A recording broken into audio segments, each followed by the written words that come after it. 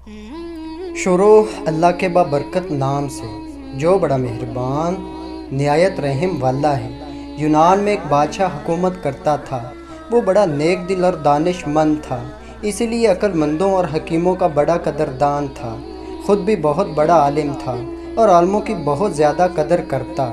اسے اچھی اچھی باتیں لکھوانے اور انہیں اپنے کتب خانے میں جمع کرنے کا بہت شوق تھا۔ 10 برس کے عرصے میں اس نے سینکڑوں کتابیں جمع کر لی تھیں۔ وہ ان نادر کتب کا مطالعہ کر کے بہت خوش ہوا کرتا۔ بادشاہ ایک دن بیٹھا مطالعے میں مصروف تھا کہ اسے خیال آیا کتب خانے میں ایسی کوئی کتاب موجود نہیں جس میں انسانی جسم کی تمام بیماریوں کی علامت اور ان کا علاج تحریر ہو۔ اس نے فیصلہ کیا کہ وہ ایسی کتاب ضرور لکھوائے گا۔ بادشاہ نے اسی وقت شاہی حکیم کو بلایا اور کہا، حکیم صاحب، میں چاہتا ہوں کہ آپ حکمت پر ایسی کتاب لکھیں جس میں تمام انسانی بیماریوں کی علامات اور ان کا علاج تحریر ہو۔ شاہی حکیم نے کہا، سرکار، میں آپ کی بات اچھی طرح سمجھ گیا۔ میں بہت جلد ایسی کتاب تیار کروں گا جسے آپ پسند فرمائیں گے اور وہ نہایت مفید کتاب ہوگی۔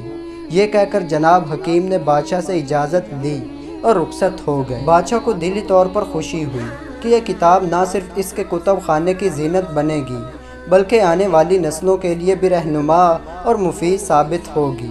حکیم صاحب نے بادشاہ کے فرمان کے مطابق کتاب لکھنا شروع کر دی۔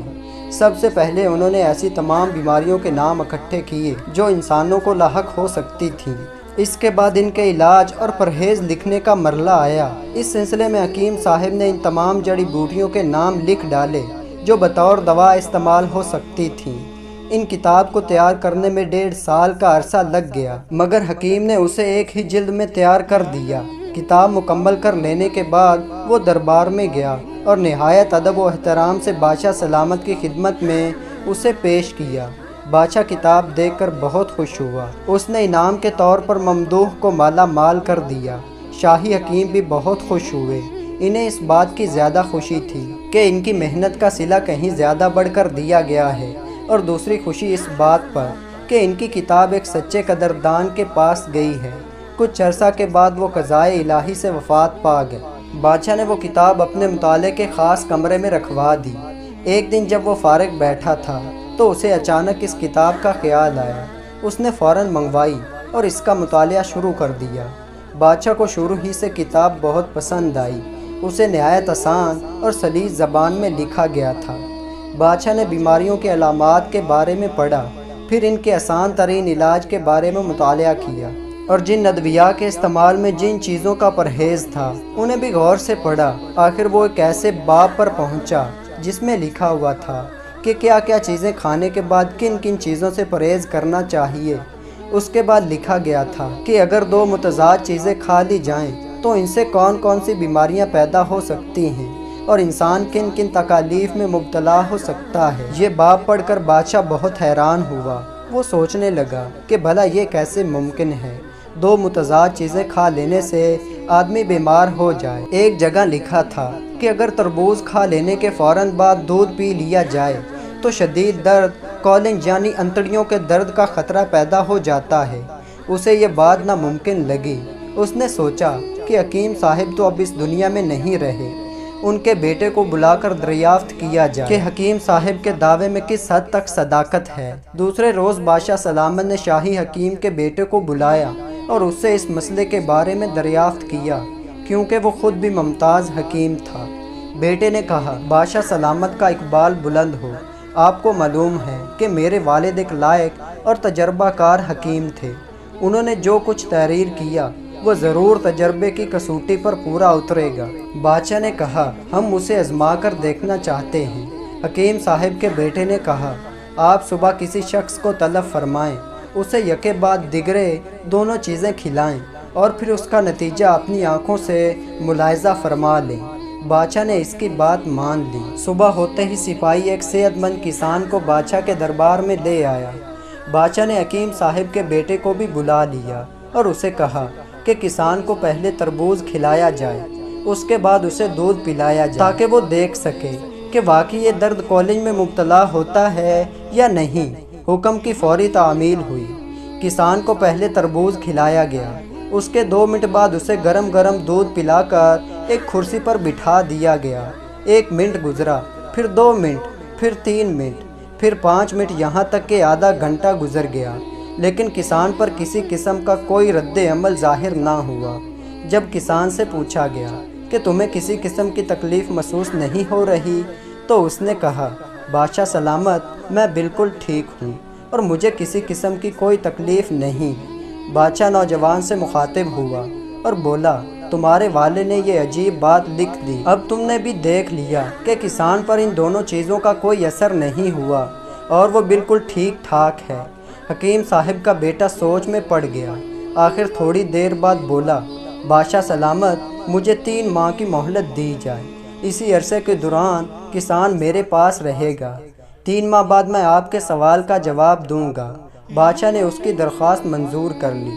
حکیم صاحب کا بیٹا کسان کو اپنے ساتھ گھر لے گیا اور اسی دن سے اسے شاہی کھانے کھلانے لگا۔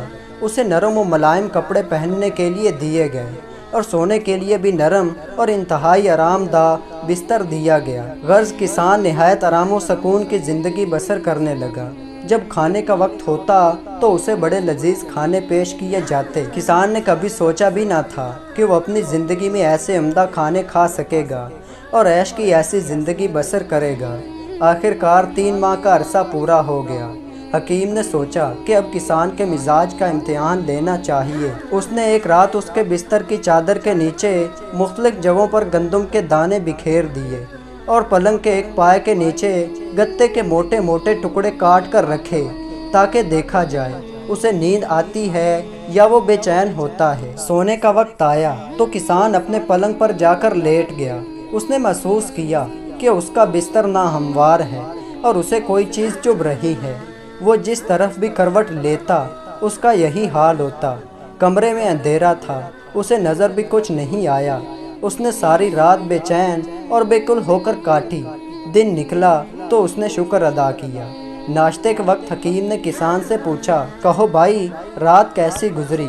کسان نے کہا، حکیم صاحب، کچھ نہ پوچھیں، رات بہت بے چینی سے گزری۔ یوں لگتا تھا جیسے پلنگ اونچا نیچا ہو، کمر میں تمام رات کنکر چبھتے رہے۔ میری تو ساری رات آنکھ نہیں لگی۔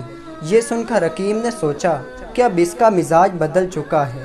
عیش کی زندگی نے اس کی طبیعت بدل دی ہے۔ وہ کسان جو تمام دن دھوپ میں کام کیا کرتا تھا، آج اتنا نازک مزاج ہو چکا تھا کہ اسے گتے کے صرف 2 ٹکڑوں سے پلنگ ناہموار محسوس ہونے لگا ہے اور باریک گندم کے دانے پتھروں کی طرح چبھنے لگے ہیں۔ حکیم اپنے کام سے مطمئن ہو کر کسان کو بادشاہ کے پاس لے گیا اور کہا کہ حضور، اب باپ اس کا امتحان لیں۔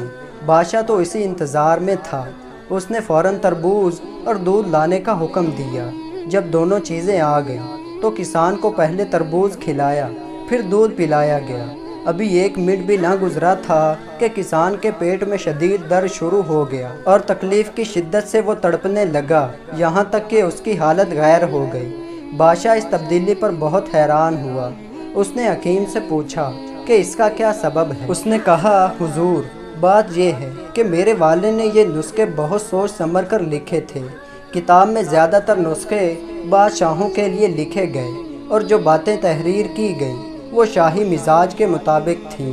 اب اس کسان کی بات سن لیں۔ پہلے یہ بڑا محنتی تھا، سخت محنت مشقت کیا کرتا اور اس کا معدہ لکڑ ہضم پتھر ہضم تھا، لیکن جب اسے عیش و عشرت میں رکھا گیا تو یہ نرم اور نازک مزاج ہو گیا۔ شاہی کھانے کھا کھا کر اس کا معدہ پہلے جیسا نہیں رہا۔ آج آپ نے دیکھ لیا کہ تربوز اور دودھ نے اس پر کتنی جلدی اثر کیا اور یہ درد اور تکلیف کی وجہ سے تڑپنے لگا۔ یہ صرف اور صرف آرام طلبی اور محنت نہ کرنے کا نتیجہ ہے۔ کسان جب تک محنت کرتا اور سادہ زندگی بسر کرتا رہا، وہ بیماریوں سے دور رہا، لیکن جب وہ محنت ترک کر کے عیش و آرام کی زندگی بسر کرنے لگا، اس کی طبیعت میں نزاکت آ گئی، وہ بہت جلد بیمار ہو گیا۔ بادشاہ نے حکیم کے بیٹے کی بات مان لی اور کسان کے علاج کا حکم دے دیا۔ تو دوستو، ہمیں بھی اپنی زندگی میں محنت اور مشقت کرنی چاہیے۔